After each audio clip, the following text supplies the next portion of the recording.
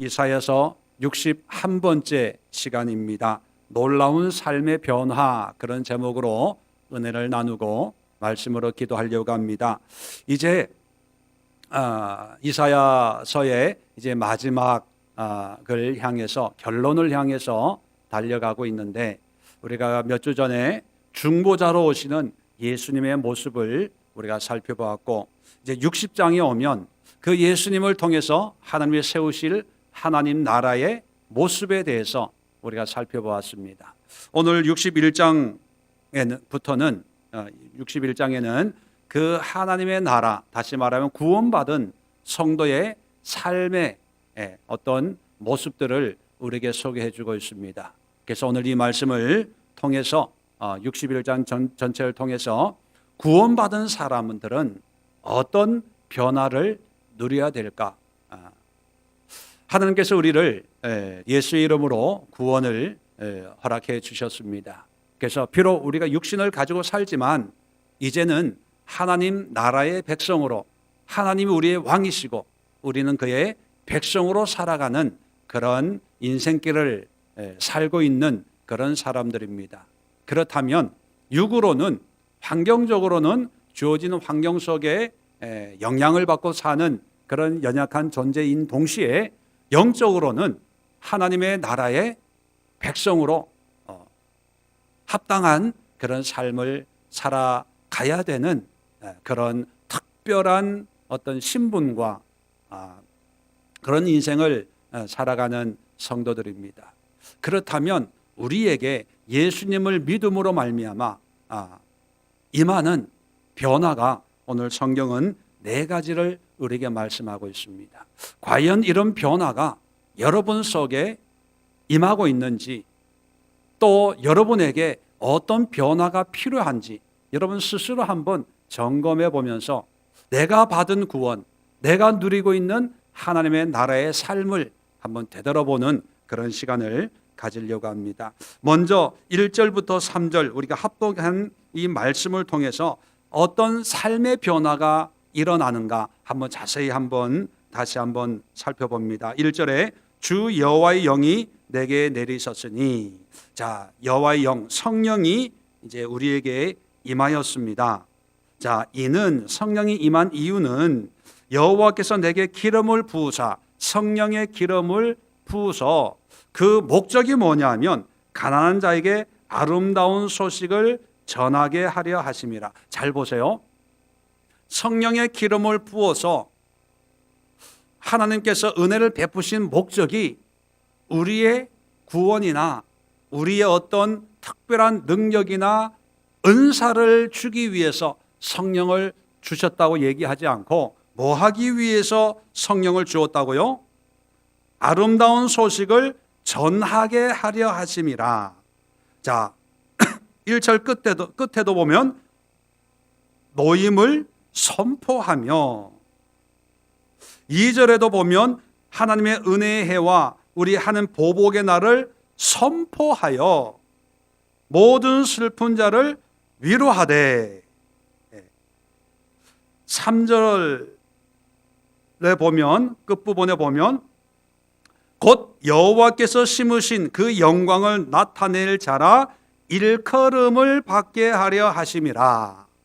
자, 성령을 주신 목적이 뭡니까? 선포하는 거예요. 일컬음을 받게 하는 거예요.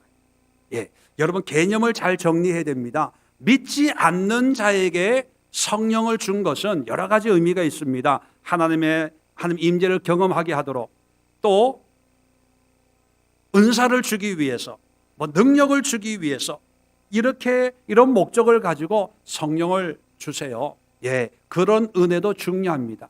그런데 하나님 나라의 백성들에게 하나님께서 성령의 기름을 날마다 때마다 주는 목적은 뭐냐면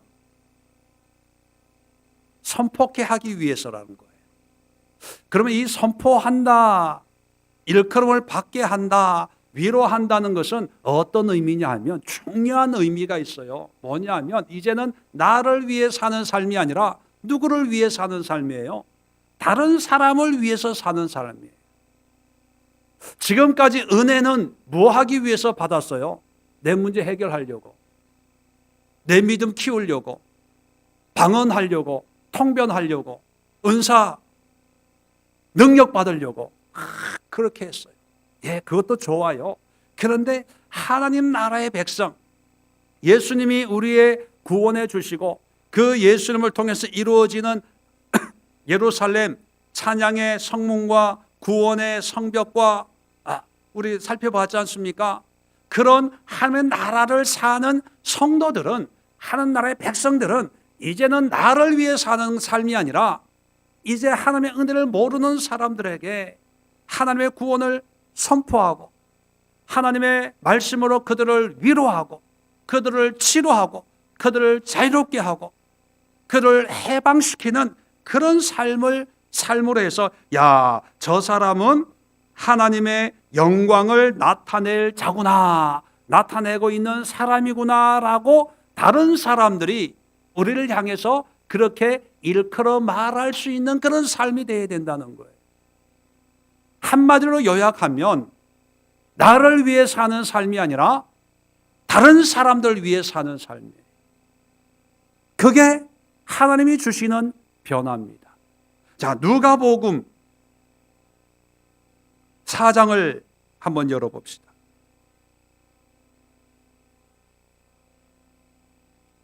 누가복음 4장에 보면 예수님께서 자기 고향 마을에 가셔가지고 16절입니다. 4장 16절에 예수께서 그 자라나신 곳 나사렛에 이르러사 안식일에 이제 회당에 들어가 성경을 읽었습니다.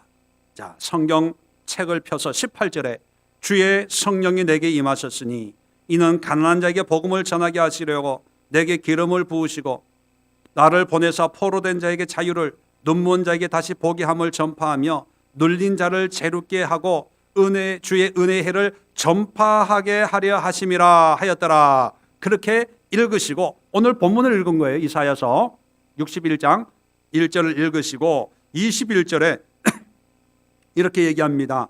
이에 예수께서 그들에게 말씀하시되 이 글이 오늘 너희 귀에 응하였느니라. 응했다는 건 뭐예요? 이루어졌다는 거예요. 응답되었다는 거죠. 이 말씀이 성취되었다는 거예요.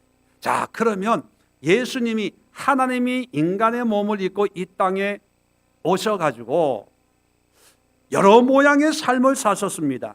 그런데 한마디로 요약을 하면 메시아이신 예수님이 사신 그 삶, 또 예수님이 이루신 그 삶의 모습을 한마디로 요약을 하면 나를 위해 사는 것이 아니라 다른 사람을 위해서 사신 삶이에요. 그게 이루어졌다는 거예요. 그걸 이루는 것이 메시아였고 또 그런 메시아를 믿고 살아가는 성도들 또한 그런 삶을 사는 것이 목적이고 목표가 되어야 되는 거예요. 그런데 지금까지는 내가 변화되고 내가 은혜 받고 내 문제 해결되고 내 가정, 내 남편, 내 자녀, 내 새끼, 내 건강, 내 거 이것 때문에 신앙생활하는 사람들이 얼마나 많았습니까? 예, 그게 나쁘다는 게 아니에요. 예, 그렇게 신앙생활을 시작할 수 있습니다. 그런데 거기에서 성장하고 성숙해야 진정한 하나님 나라의 백성이고 하나님의 영광을 드러내는 사람들인데, 처음에 은혜는 그렇게 받아서 너무 하나님이 감사하고 좋아서 하나님 이 문제도 해결해 주세요, 저 문제도 해결해 주세요, 그래요. 그런데 이상한 게 1년이 지나도 그렇고 10년이 지나도 그렇고 40년이 지나도 바뀌질 않아요.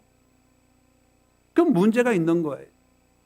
그것은 하나님 나라의 백성이 아니라 자기 나라의 백성으로, 자기 나라의 주인으로 살면서 하나님을 이용해 먹으려고 하는 사람들이에요. 그것은 하나님의 나라의 백성이 될 수가 없고 자격도 없는 사람들입니다. 삶의 변화, 하나님 나라의 첫 번째 변화는 성령이 임하면, 구원의 은혜가 임하면 이제 하나님의 사랑을 전하는 거예요. 나누는 거예요. 선포하는 거예요. 이제 내 문제 가지고 기도하는 것이 아니라 옆에 있는 사람을 위해서 기도해줘요. 여러분, 영성훈련의 최종 클라이막스, 영성훈련의 졸업은 뭔지 아세요? 이제 남을 위해서, 내 문제는 덮어놓고 남을 위해서 기도해주고, 남을 위해서 금식해주고, 남을 위해서 헌신하고 순종하는 거예요.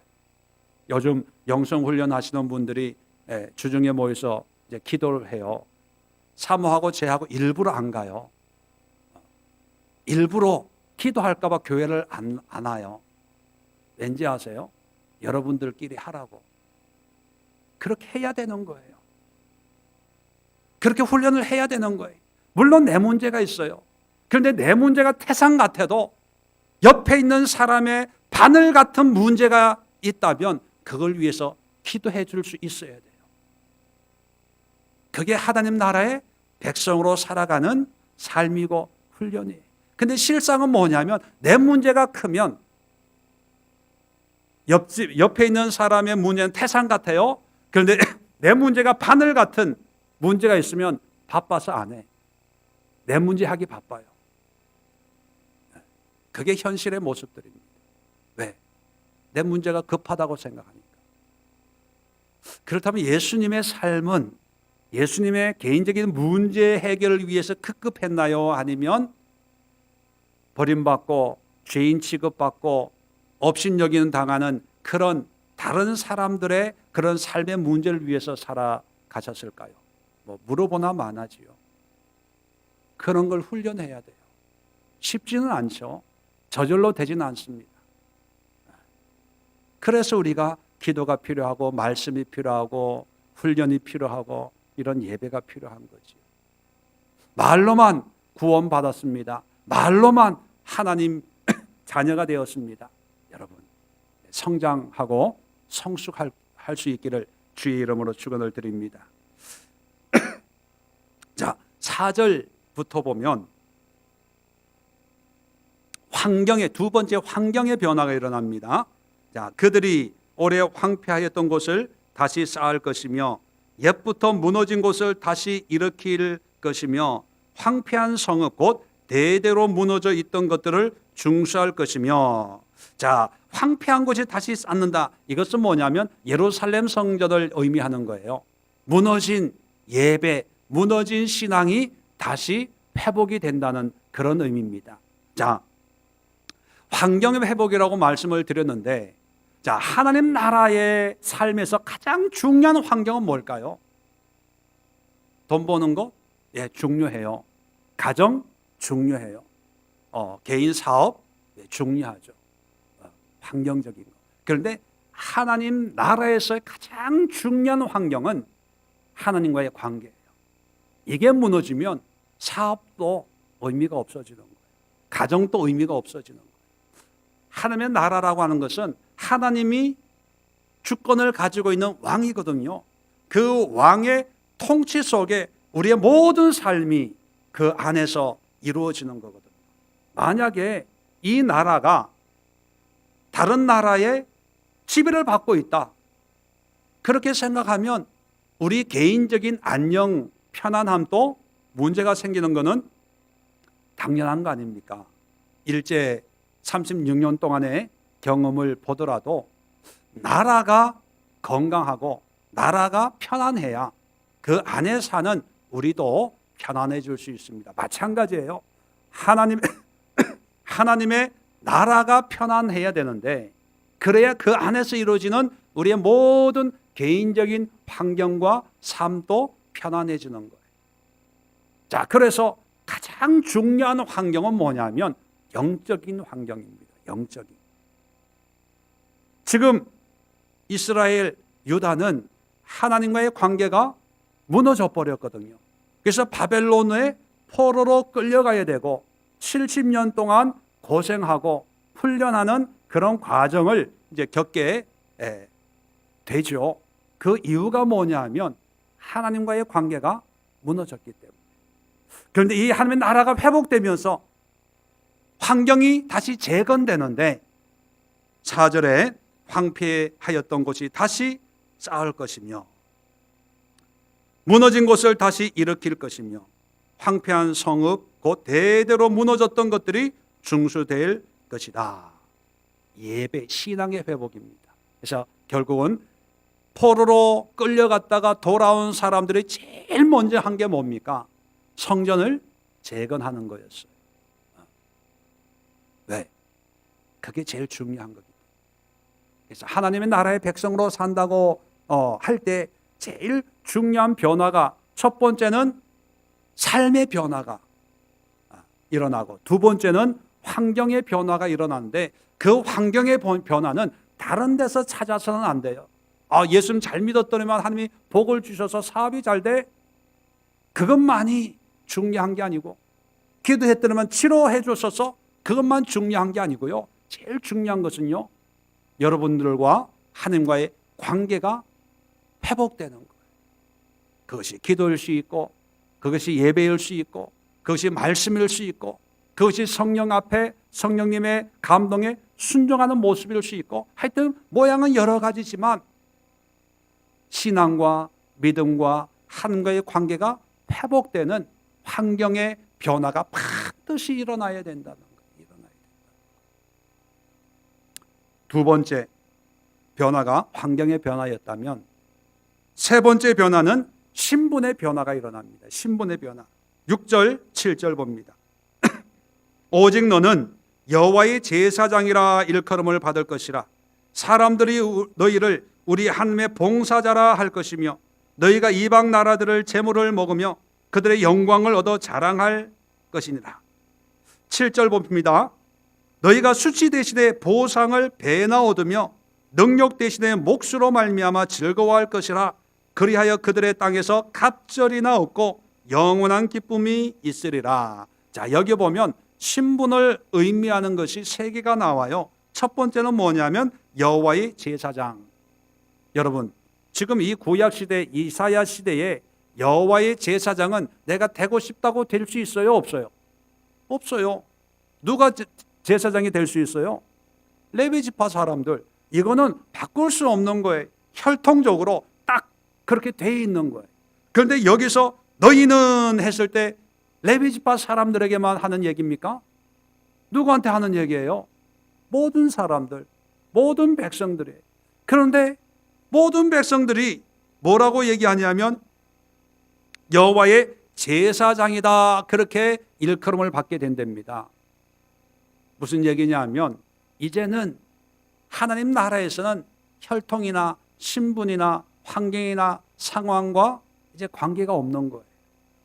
이 땅에 있는 성막을 섬기고 이 땅에서 어떤 절기를 지키기 위해서 어떤 예식과 예전을 위해서 어떤 형식과 절차와 구분을 위해서 레위 지파를 제사장으로 세워서 어떤 가시적인 어떤 성전을 섬기는 방법으로 율법을 주셨다면, 이제 하나님 믿음으로 세워지는 하나님의 나라에서는요, 그런 게 필요가 없어요. 그렇다면 누구나 제사장이 될 수가 있습니다. 우리가 잘 아는 것처럼 베드로 전서 2장 9절에도 너희는 택한 족속이요 왕 같은 제사장들이요 거룩한 나라요 그의 소유된 백성이다, 그렇게 선포를 합니다. 구별이 없어지는 것.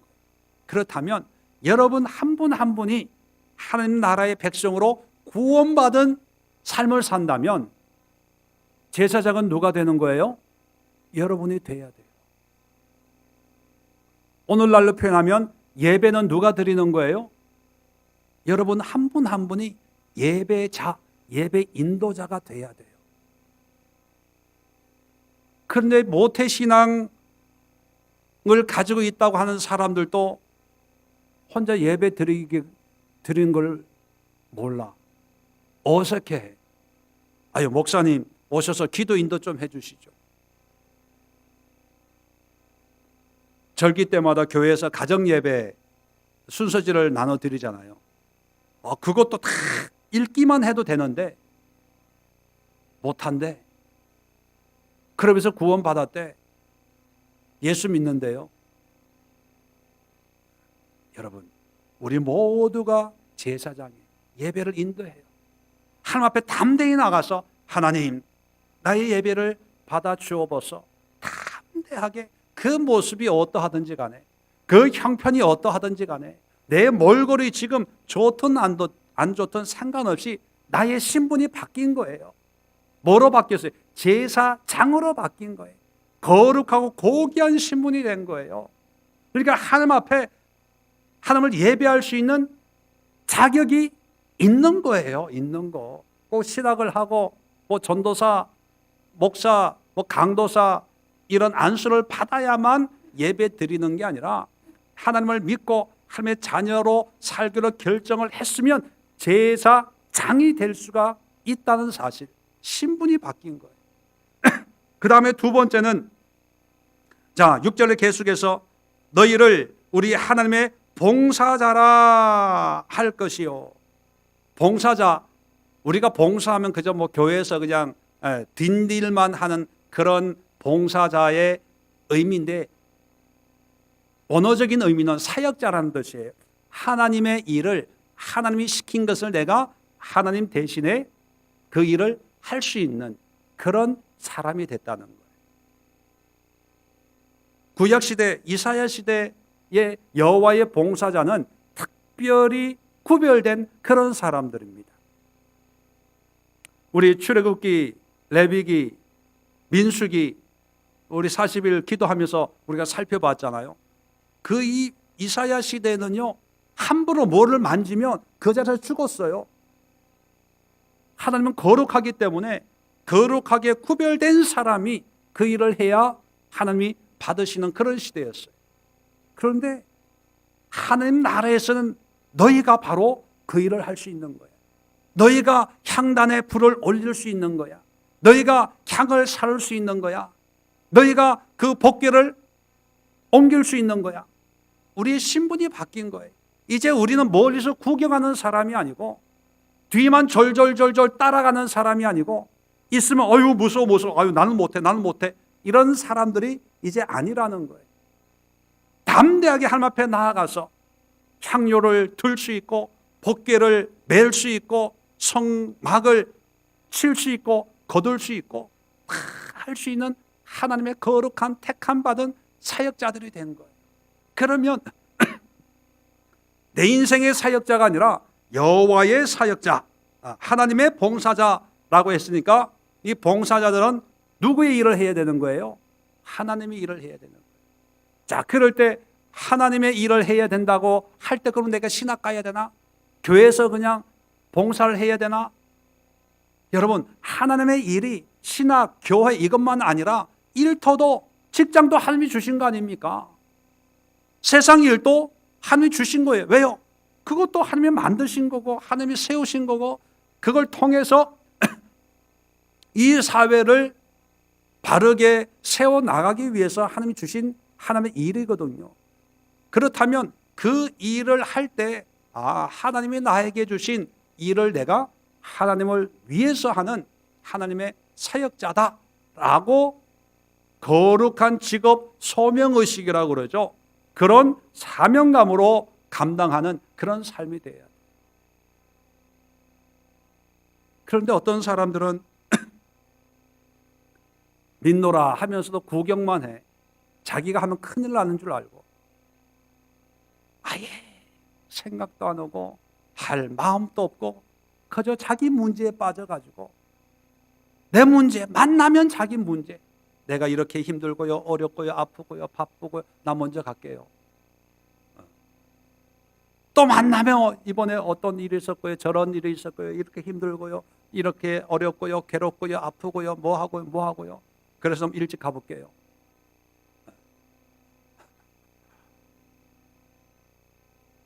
그러면서도 믿음 생활 구원 받았다고. 네, 구원은 믿음으로 받는 거예요. 그런데 중요한 것은 구원에 합당한 삶이 부족한 거죠. 이제 우리 모두는 하나님의 봉사자예요. 그렇다면 하나님을 위해서 누가 인정하든 인정하지 않든 알아주든 알아주지 않든 그 일을 해야 돼요. 교회를 개척을 했을 때 제 조카가 전도사였어요. 이 전도사가 일을 안 하는 거야. 담임 목사 삼촌이고 뭐 그러니까 야 너는 좀 알아서 좀 해라. 꼭 시켜서 하려고 하지 말고. 그럴 때마다 뭐라 그러는지 아세요? 큰 교회 가면 잘한대. 큰 교회 가면. 그 얘기를 듣고 그래 다른 교회 가서 뭐 열심히 해라. 그리고 한마디로 왜 안 하냐 잔소리를 안 했어요. 왜냐하면 저는 알았거든요. 여기서 안 하는 사람이 큰 교회 가면 합니까? 고생 좀 해봐라. 훈련 좀 받아봐라. 여기서 훈련 받는 게 3,000m에서 훈련 받는 게 낫지. 지금도 훈련 받고 있는데 하나님은요 공짜가 없어요. 공짜가. 그냥 내가 하나님 앞에 사역자고 봉사자고 헌신자라고 생각을 하고 알아주든 알아주지 않든 큰 일이든 작은 일이든 내가 그 일을 하나님 앞에서 하나님을 위해서 감당한다고 생각을 하고 그 일을 감당할 때 하나님이 기뻐 받으시는 거예요. 그런데 사람이 인정해줘야, 목사님이 인정해줘야, 뭐 큰 교회에서 뭐 사례비도 주고 뭐도 하고 뭐 이렇게 뭐 자리도 만들어줘야 그때 가서, 물론 자리가 또 일을 만들 수도 있지만 그건 세상적인 방법이거든요. 하나님 나라의 원리는 뭐냐면 내가 신분이 바뀐 거예요. 신분이 바뀌었다는 것은요, 여러분 잘 들으세요. 신분이 바뀌었다는 것은 세상의 직책이 바뀌었다는 의미가 아니라 내 마음이 바뀌었다는 거예요. 그죠? 내가 바뀐 거예요. 내가 바뀐 거예요. 그 얘기는 뭐냐면 직분이 있든 없든 알아주든 알아주지 않든 나는 하나님 앞에서 최선을 다해서 봉사자요, 사역자요, 제사장의 직분을 감당하는 사람이 됐다는 의미예요. 자율적인 사람이 됐다는 거죠. 뭐 자율주행 뭐 이런 거 있잖아요. 요즘에 알아서 이렇게 AI로 인공지능으로 누가 조종해라 마라 이렇게 하세요 저렇게 하세요 이거는 이렇게 하고 이렇게 안 해도 신분이 바뀌었기 때문에 자율적으로 알아서 이건 내가 해야 되겠다. 이건 이렇게 해야 되겠다. 내가 이제 깨달으면서 한다는 거예요. 저는 우리 예수교회 성도님들이 이렇게 신분이 변화됐으면 좋겠어요. 교회에서 권사, 안수집사, 장로 뭐 이렇게 직분을 명찰을 바꿔줘 가지고 그걸로 뭐를 하는 그런 성도가 아니라 하나님의 은혜가 임해서 하나님이 나를 이렇게 사용하시는구나. 이런 은혜로 나를 인도하시는구나. 이 신분이 바뀌어서 그저 큰 일이든 작은 일이든 그런 일을 사명감을 가지고 책임감을 가지고 크게 기도하고 눈물로 간구하고 안 되면 금식도 하고 작정 기도도 하면서 내가 하나님의 제사장으로서 하나님의 봉사자로서 하나님의 일꾼으로서 나에게 맡긴 사명이고 사역이다라고 하는 거룩한 마음으로 그런 일을 해나갔으면 좋겠어요. 이번 토요일부터 아버지 학교가 시작이 되는데 간접 광고 해드릴게요. 박병일 집사님처럼 그냥 그런 아버지 교회 밖에 있는 그런 사역이지만 그것을 책임감을 가지고 사명감을 가지고 그런 일을 하면 참 그 모습이 아름다워요. 제가 볼 때. 조필대 장로님처럼 외국인 교회를 세워서 스리랑카 사람들을 모아가지고 예배를 인도하고 또 믿음을 가르치고 하는 거 참 얼마나 보기 좋아요.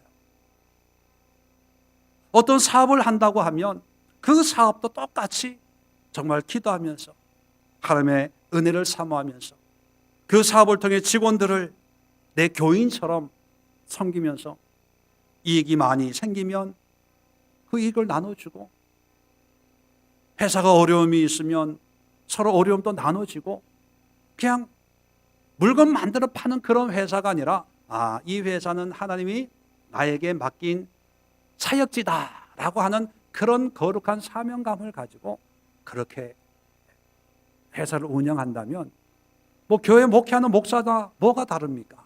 똑같지요. 여러분, 주일학교면 주일학교, 그것을 하나님의 사역자로 여기면서 여러분, 목사님에게 기대하는 바가 있죠. 여러분의 담임 목사는 어땠으면 좋겠어요? 일반적으로 사랑이 많고 인자하고 뭐 맛있는 거 잘 사주고 기도 많이 해주고, 그런 목사님을 원한다면 여러분 자신이 제사장이잖아요. 아이들한테 그런 모습으로 더 사랑해주고 더 기도해주고 더 품어주고 이해해주고 그렇게 해주는 거예요. 중보기도 사역자도 있고 우리 새가족 전도팀 전도사님도 계시는데 여러분, 그게 사역이에요. 사역. 하나님 앞에 내가 쓰임 받을 수 있는 정말로 귀한 사역이기 때문에 요즘에 목사님들이 이렇게 사역을 했으면 좋겠어. 요즘 목사님들 기도해야 되는데 뭐 그런 기대와 바람이 사실은 누가 해야 되는 거예요? 그 맡은 사람들이 해야 되는 거예요. 전도사님 그렇게 하는 거예요. 권사님 그렇게 하는 거예요. 중보 기도, 이 기도팀을 통해서 이 나라를, 이 세대를, 다시 오실 예수님을 우리가 준비해야 되겠다. 이런 거룩한 비전과 꿈과 그런 사역이 있어서 그런 마음이 막 들끓어 막 물 끓듯이 끓을 때 지나가는 사람 보고 권사님 와서 같이 기도해요. 기도해요. 기도해야 돼요. 기도해야 이 시대가, 이 나라가, 이 사회가 바로 서는 거예요. 우리가 기도 안 해서 한국교회가 지금 위태위태한 거예요. 기도 안 하고 있는 사람들 보면 막 마음이 막 답답해지고 안타까워지고 이래야 되는 거예요. 전도 꼭 한 분을 교회에 모시고 와야 된다는 게 아니라 다른 복음을 모르고 살아가는 그런 사람들 막 마음이 막 찢어져야 돼요. 아파와야 돼요. 자다가도 벌떡벌떡 일어나야 돼요. 그런데 죽든 말든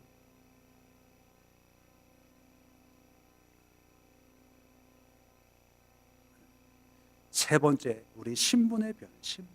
여러분은 신분에 다 바뀌었어요. 다 바뀌었어. 바뀐 신분에 합당하게 생활할 수 있기를 바랍니다. 네 번째 변화가 뭐냐면 8절 또 하나 봉사자 변화가 됐고요.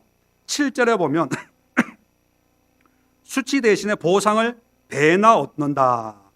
또 7절에 보면 땅에서 갑절이나 얻고 영원한 기쁨이 있으리라. 자, 신분의 변화가 제사장, 봉사자, 세 번째는요, 상속자로 바뀌는 거예요.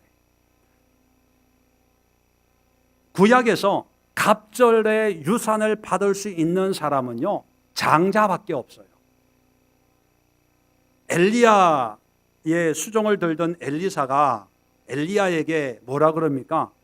갑절의 영감을 주시옵소서. 그건 뭐냐면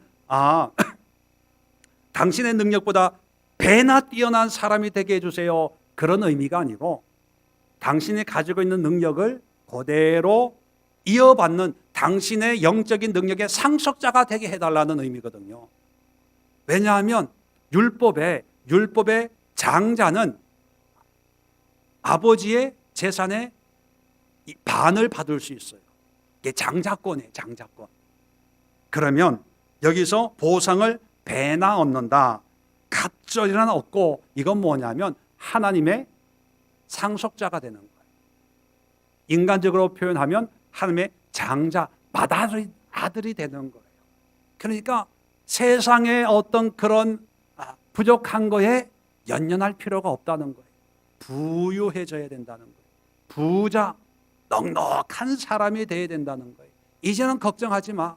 비록 지금은 물질적으로는 좀 쪼달릴 수 있지만 영적으로는 하나님께서 너를 상속자로, 유업자로 나를 삼아준 거야. 그러니까 부자가 된 거예요. 그래서 여러분, 누가 돈 빌렸는데 돈 우리가 못 갚은 경우가 있잖아요. 그럴 때는 그렇게 얘기해 주세요. 나한테 돈 받으려면 천국까지 오세요.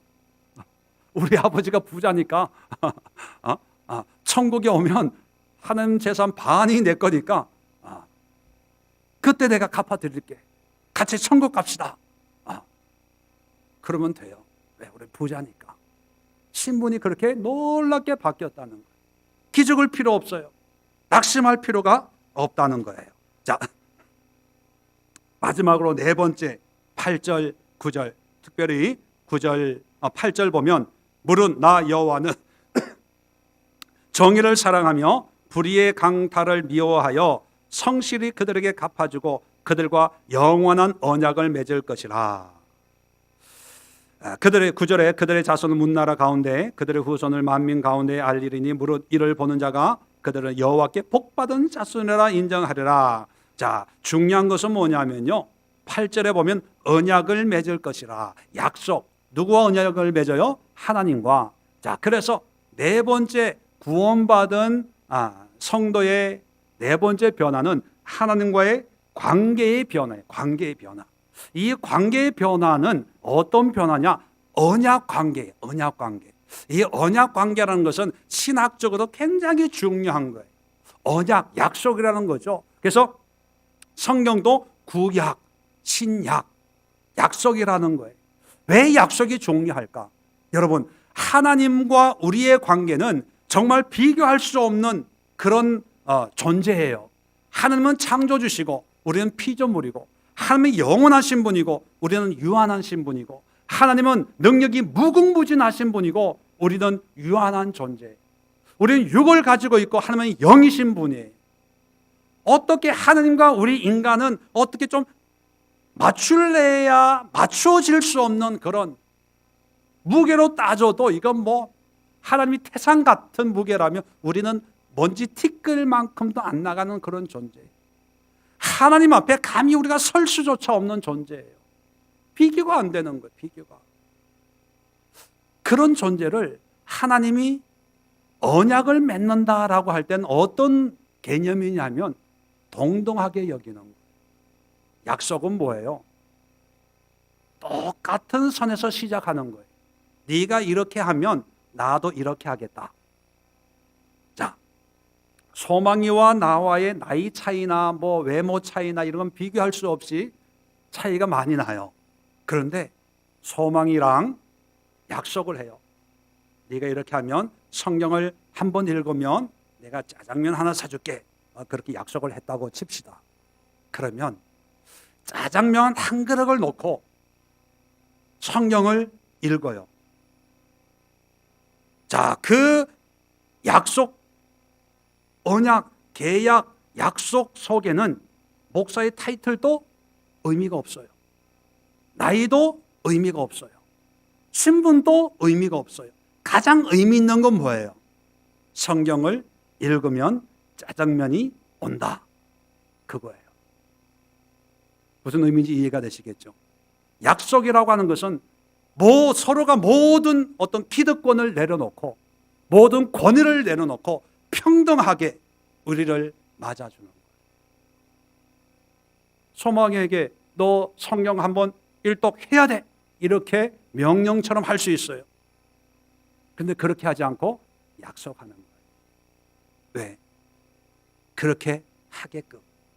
짜장면을 사주고 싶은데 성경 한번 읽도록 하게끔 하기 위해서 하나님이 나의 권위를 내려놓고 나의 보좌에서 내려와서 눈높이로 우리에게 다가오시는, 그것이 바로 언약이에요. 이 언약을 이해하면 하나님의 사랑이 거기 있는 거예요. 하나님의 위로하심이 있는 거예요. 소망이 있는 거예요. 기쁨과 감사와 감격이 있는 거예요.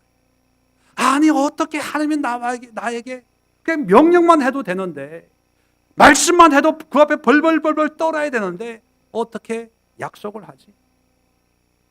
약속이라는 말이 베리트라는 말인데, 이 베리트라는 말은요, 원래는 쪼갠다, 가른다는 뜻이에요. 그건 뭐냐면 옛날에 약속을 할 때는요, 짐승을 반을 갈라요. 짐승을 반을 가른다는 건 뭐냐면, 약속을 안 지키면 너는 이 짐승처럼 죽어. 죽음을 담보로 해서 약속을 하거든요.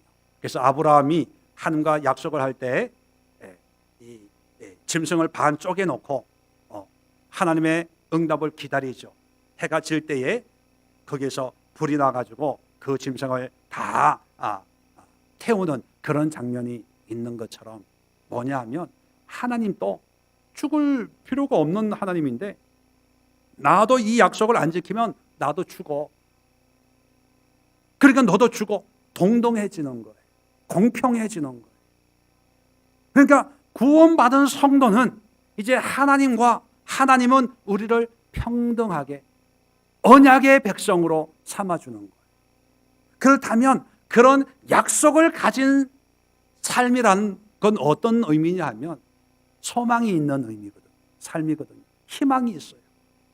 하나님이 우리에게 불가능한 것을 요구하는 것이 아니라 가능한 것을 우리에게 요구했기 때문에 그냥 내가 열심히 하면 약속은 이루어지는 거예요.